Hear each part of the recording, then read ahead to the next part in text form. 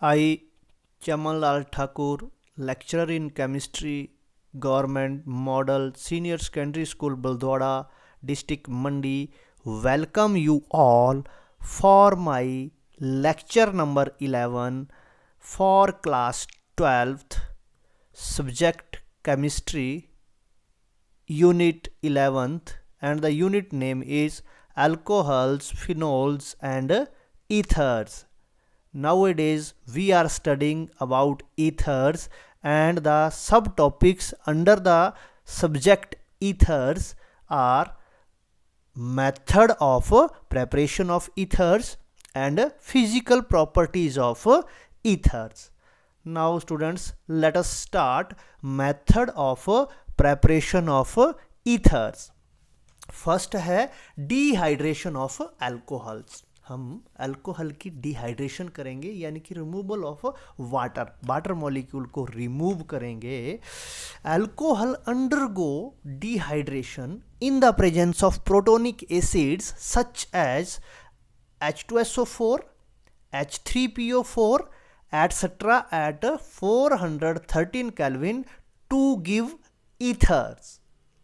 Alcohol की हम dehydration करते हैं प्रोटोनिक एसिड जैसे कि सल्फ्यूरिक एसिड हुआ या फास्फोरिक एसिड हुआ 413 केल्विन के ऊपर, तो फिर हमें ईथर्स मिलते हैं. जैसे this is ethyl alcohol, ethanol जिसको हम बोलते हैं, H2SO4 की साथ रिएक्ट करके 413 केल्विन के ऊपर हमें CH3, CH2O, CH2, CH3 di ethyl ether हमें मिल जाता है.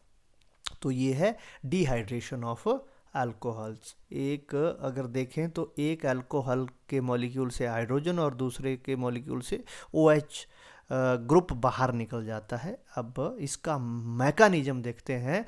This reaction follows SN2 mechanism, nucleophilic substitution reaction. Step number 1, इसमें क्या होता है कि ethyl alcohol get protonated in the presence of H positive. H positive हमें कहाँ से मिलेगा? H पॉजिटिव हमें एसिड से मिलेगा जिसका हम यूज कर रहे हैं. तो ये देखिए, ये हमारे पास इथाइल अल्कोहल है CH3, CH2OH. क्योंकि ऑक्सीजन के पास दो लोन पेयर्स होते हैं, तो एक लोन पेयर, ये देखिए, एक लोन पेयर क्या करेगा? H पॉजिटिव को दे देगा ये, और H पॉजिटिव यहाँ पे अटैच हो जाएगा. This reaction is fast reaction, और हमारे पास ये प्रोटोनेटेड अल्कोहल मिल जाएगा जिसको हम इथाइल ऑक्सोनियम आयन भी कहते हैं. तो स्टेप 1 में क्या हुआ? H पॉजिटिव अटैच हो गया इथेनॉल की ऑक्सीजन के ऊपर जिसके पास दो लोन पेयर्स हैं, और हमें प्रोटोनेटेड अल्कोहल मिल गया, ethyl alcohol, ethyl oxonium ion, जैसे ऑक्सीजन के ऊपर positive charge. In step number 2, nucleophilic attack by another alcohol molecule. अब दूसरा अल्कोहल मॉलिक्यूल न्यूक्लियोफाइल का न्यूक्लियोफाइल बिहेव करेगा. अब ये देखिए, दूसरा अल्कोहल का मॉलिक्यूल है ये इथेनॉल. अब इसकी ऑक्सीजन के पास भी दो लोन पेयर्स हैं, और ये हमारे पास ऑक्सोनियम आयन जो हमारा पहले बना हुआ था, इसमें ये यहाँ पे जो शेयर्ड पेयर ऑफ इलेक्ट्रॉन है ये चला जाएगा ऑक्सीजन की तरफ को, क्योंकि ऑक्सीजन पॉजिटिवली चार्ज्ड है. ये इसको अपनी तरफ को अट्रैक्ट करेगी, और फर्दर यहाँ पे जो लोन पेयर है यहाँ अपनी तरफ को किया, तो इस कार्बन के ऊपर पॉजिटिव चार्ज अपीयर होगा. इस कार्बन के ऊपर पॉजिटिव चार्ज अपीयर हुआ, तो जो लोन पेयर है दूसरे इथेनॉल का, अल्कोहल के मॉलिक्यूल का, ये it will be get donated to this positive charge, और ये स्लो स्टेप होता है SN2 मैकेनिज्म का.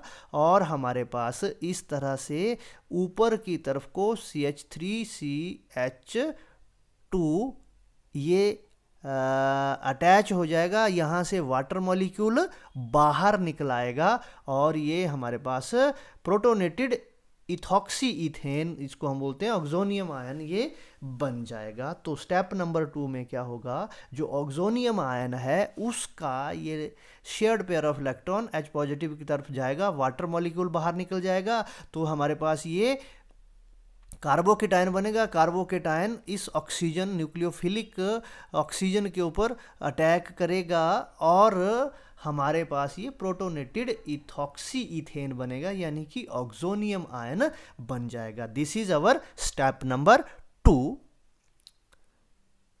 और ये वाटर मॉलिक्यूल बाहर निकल गया।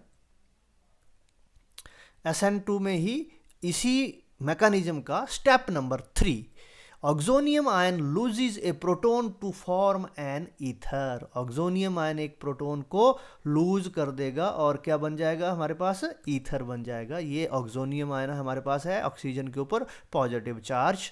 ये H पॉजिटिव यहाँ से बाहर निकल जाएगा without the shared pair of electron, और ये लोन पेयर ऑक्सीजन के ऊपर बन जाएगा। फास्ट रिएक्शन होता है, हमारे पास डाई इथाइल ईथर और ये फिर H पॉजिटिव बन जाएगा। In third step oxonium ion loses a proton to form an ether. ये H पॉजिटिव लूज हो गया H पॉजिटिव के रूप में और हमें डाई इथाइल ईथर मिल गया। This is the third step. Now you have gone through the mechanism. This is step number 1 of the mechanism of dehydration of alcohols, and this is the step number 2 of this reaction, slow step, and this is the step number 3 of the mechanism of dehydration of alcohols to form ethers. Okay, these are the 3 steps of the mechanism. The mechanism is SN2 mechanism. Let us move further. Method of preparation of ethers from alkyl halide by Williamson's synthesis. ये एक naming reaction है जिसके द्वारा हम ethers की preparation करते हैं और अल्काइल हैलाइड के द्वारा। इन this method alkyl halide is treated with sodium alkoxide prepared by the action of sodium on A suitable alcohol.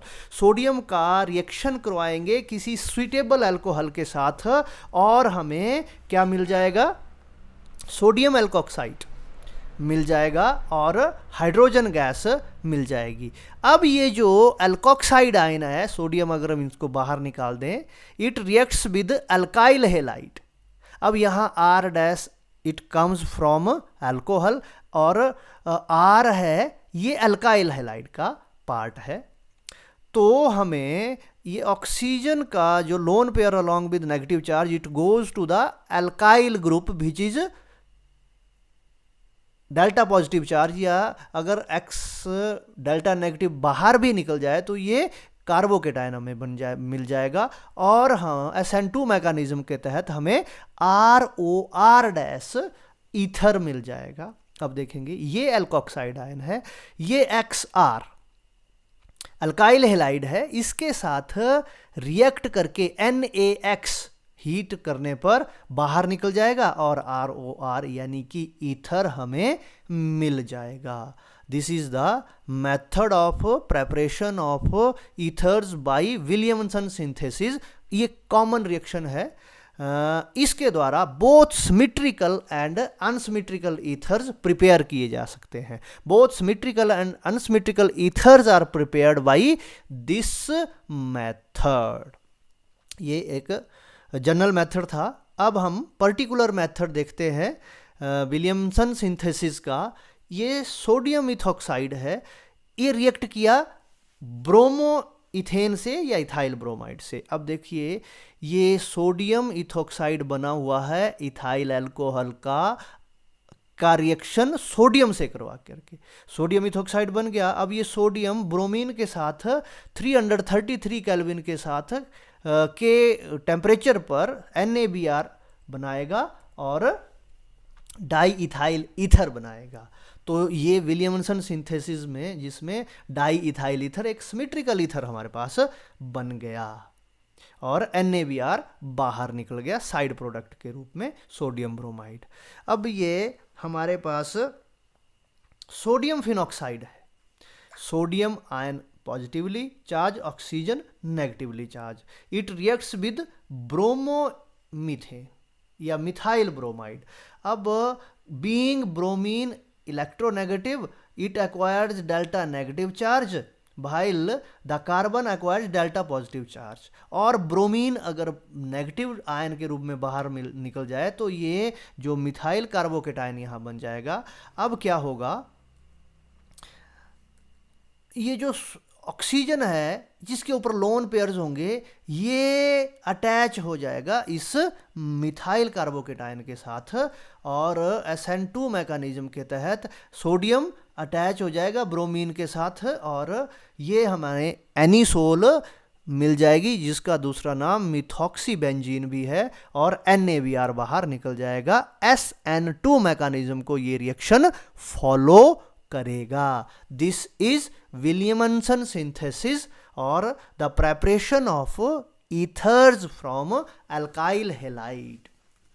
तो ये अनसिमेट्रिकल ईथर है, ऊपर वाला सिमेट्रिकल था, ये अनसिमेट्रिकल है, तो both symmetrical and unsymmetrical ethers इसके द्वारा प्रिपेयर किए जाते हैं।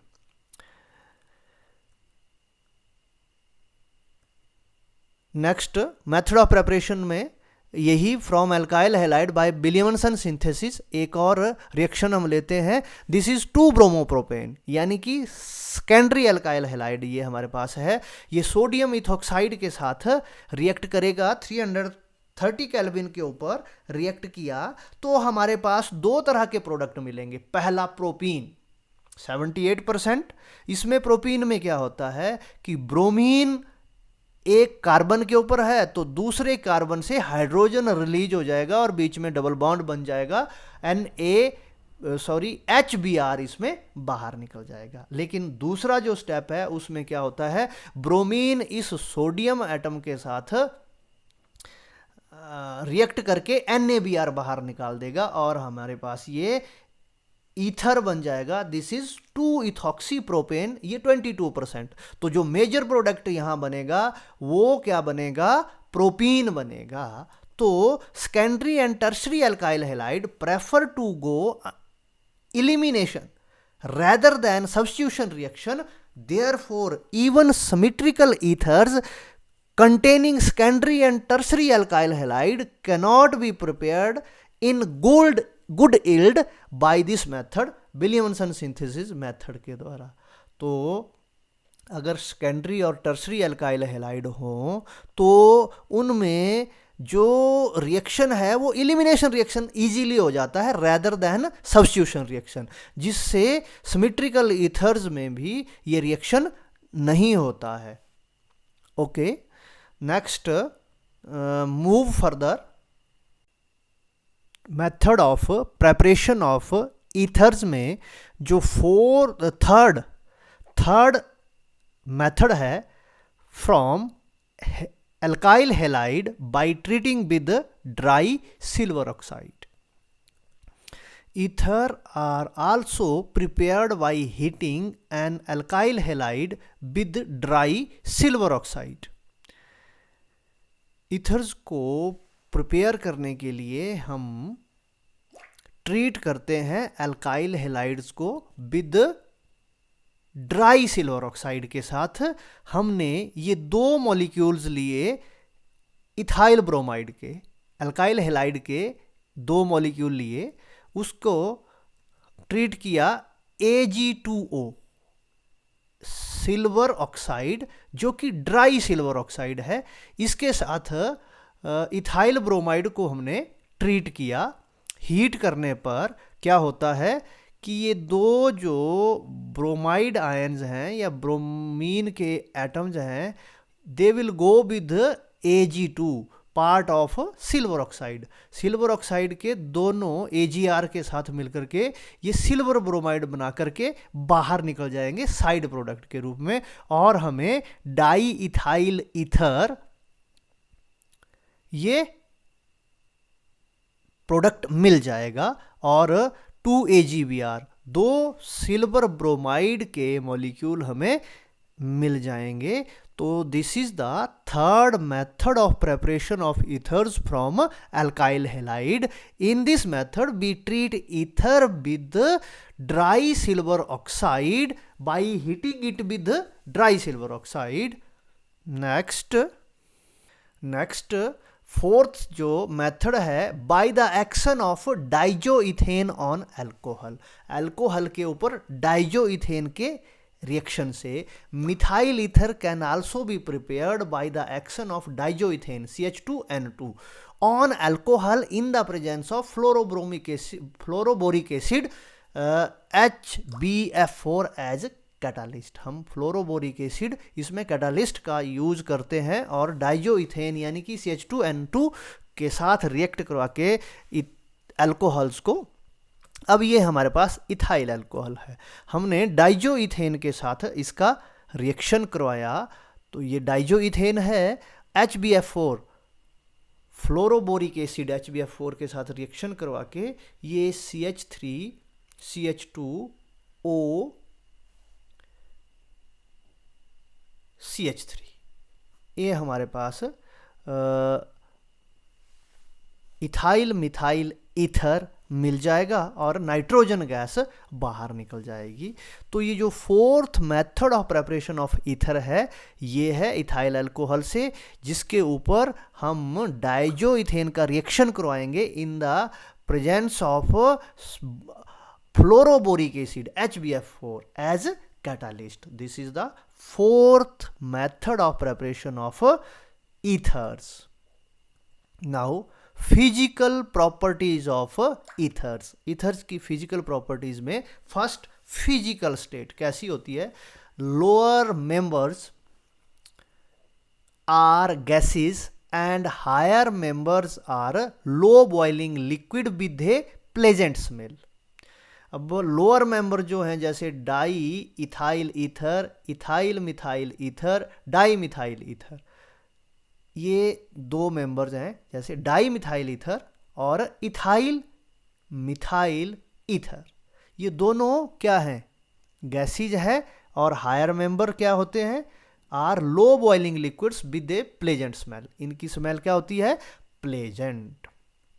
सेकेंड है dipole moment. Ether possesses dipole moment due to their bent और एंगुलर स्ट्रक्चर लाइक वाटर, इनके पास डाइपोल मोमेंट होती है। अब यहाँ देखिए, ये हमारे पास डाई मिथाइल ईथर है तो इसकी नेट डाइपोल मोमेंट अपवर्ड है, तो इसका बॉन्ड एंगल 110 डिग्री है। यहाँ पे जो बॉन्ड एंगल है it is 110 degree and the dipole moment of dimethyl ether it is 1.3 divi, while the dipole moment of diethyl ether it is 1.18 divi,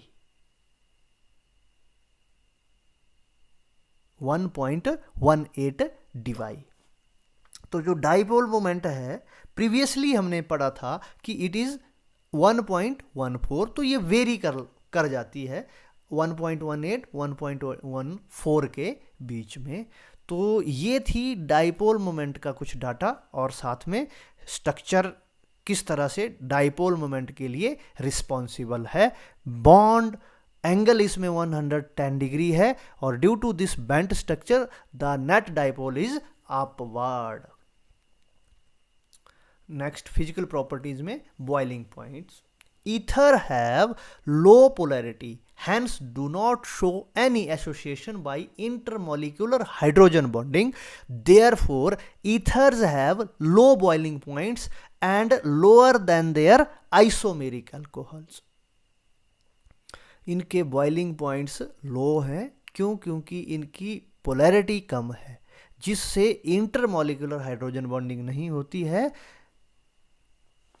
और इनके जो बॉइलिंग पॉइंट्स हैं इनके आइसोमेरिक अल्कोहल्स के से कम होते हैं। अब जैसे ये है डाई इथाइल ईथर, इसका जो बॉइलिंग पॉइंट है इट इज़ 307.6 केल्विन, भाइल ये है आपका नॉर्मल ब्यूटाइल अल्कोहल, इसका है 390। तो जो इनका मॉलिक्यूलर मास है ये लगभग लगभग क्या बराबर है, लेकिन बॉइलिंग पॉइंट में इतना डिफरेंस है बिकॉज ये डिफरेंस है due to prevalent hydrogen bonding in alcohols. Ether में हाइड्रोजन बॉन्डिंग उतनी नहीं हो पाती है, जिससे इसका बॉइलिंग पॉइंट ज़्यादा होता है। और ये हमारा नॉर्मल पेंटेन है, इसका बॉइलिंग पॉइंट 309.1 केल्विन है। अब ये जो है डाइल इथाइल ईथर से भी ज़्यादा है। तो ये डाटा है बॉइलिंग पॉइंट्स का। और बॉइलिंग पॉइंट्स अल्कोहल से क्यों ज़्यादा होते हैं? क्योंकि डाई ईथर्स में उतना प्रेवलेंट हाइड्रोजन बॉन्डिंग नहीं होती है। अब ये हमारे पास ईथर है, नंबर 1 पे डाई मिथाइल ईथर, सेकंड पे ethyl methyl ether, third number पे diethyl ether, fourth number पे इथाइल प्रोपाइल ईथर, और फिफ्थ नंबर पे ब्यूटाइल इथाइल ईथर। अब इनके मॉलिक्यूलर मासीज हैं डाई मिथाइल ईथर का 46, इथाइल मिथाइल ईथर का 60, और डाई इथाइल ईथर का 74, और यहाँ पे इथाइल प्रोपाइल ईथर का 88, और butyl ethyl normal butyl ethyl ether का 102। अब इनके बॉइलिंग पॉइंट्स भी हैं। यहाँ डाई मिथाइल ईथर का बॉइलिंग पॉइंट 250, जबकि इथाइल मिथाइल ईथर का 283, जबकि डाई इथाइल ईथर का 307.6, और यहाँ पे इथाइल प्रोपाइल ईथर का 366.6 केल्विन, और ब्यूटाइल इथाइल ईथर का 366 केल्विन। यानी कि ये इस तरह से हमारे बॉइलिंग पॉइंट्स इंक्रीज हो रहे हैं। ये बॉइलिंग पॉइंट्स का वही डाटा। और अगर इनका जो आइसोमेरिक एल्केन है, लगभग इनके एटॉमिक मॉलिक्यूलर मास के लगभग, जैसे यहाँ पे प्रोपेन है, प्रोपेन इट इज़ 44 और इसका मॉलिक्यूलर मास 46, जबकि the difference in boiling point is 233 and 250। अब यहाँ पे नॉर्मल ब्यूटेन, इसका मॉलिक्यूलर मास 58 और यहाँ पे इथाइल मिथाइल ईथर का 60। तो जो बॉइलिंग पॉइंट में डिफरेंस है यहाँ 273 283 ईथर का ज़्यादा। अब यहाँ पे बॉइलिंग पॉइंट्स जो है डाई इथाइल ईथर का 307.6, जबकि नॉर्मल पेंटेन का 309.1, और यहाँ पे इथाइल प्रोपाइल ईथर का जो 366 है, जबकि नॉर्मल हेक्सेन का 342, और यहाँ पे ब्यूटाइल इथाइल ईथर का 366 केल्विन है, जबकि नॉर्मल हेप्टेन का 371 केल्विन। तो यानी कि जो एल्केन्स हैं their boiling points are higher than ethers, और दिस इज ड्यू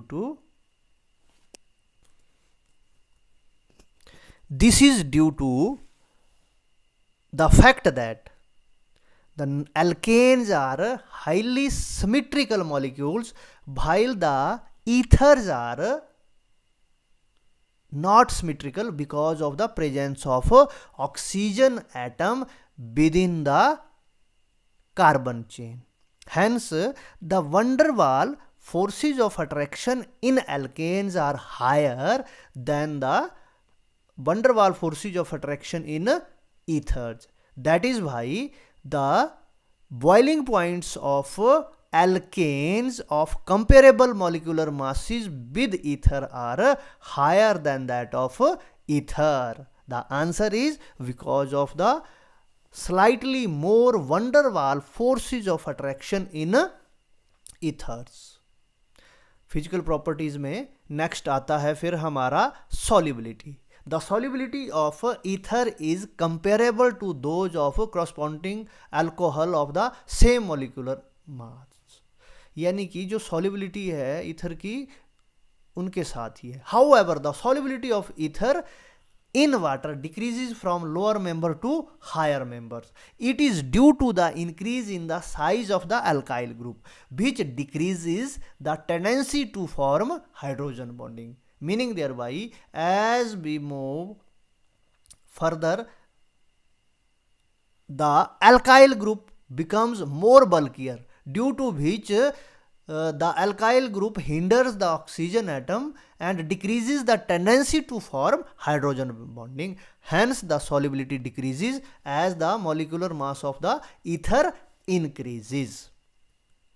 अब ये देखिए, ये ROR है, हाइड्रोजन बॉन्डिंग, ऑक्सीजन की हाइड्रोजन बॉन्ड है H के साथ, और यहाँ पे जो डाई इथाइल ईथर है इसकी हाइड्रोजन बॉन्डिंग है, डाई मिथाइल ईथर है सॉरी, इसकी हाइड्रोजन बॉन्डिंग इस तरह से. और अगर हम जनरली देखें तो ये ईथर है, ऑक्सीजन हाइड्रोजन बॉन्ड बनाएगा वाटर के साथ, और वाटर का दूसरा H हाइड्रोजन बॉन्ड बनाएगा दूसरे ईथर के साथ. तो the solubility of ether in water depends upon the tendency of forming hydrogen bond with the water. But as the bulkier R group becomes more bulkier, the tendency to form hydrogen bond becomes more less, hence the solubility decreases. Let's move further. Physical properties में density. All the ethers are lighter than water. The density of the ether is less than that of water. Here we close the topic. Hope students you have learned the topics from the core of your heart. Thank you with being with me.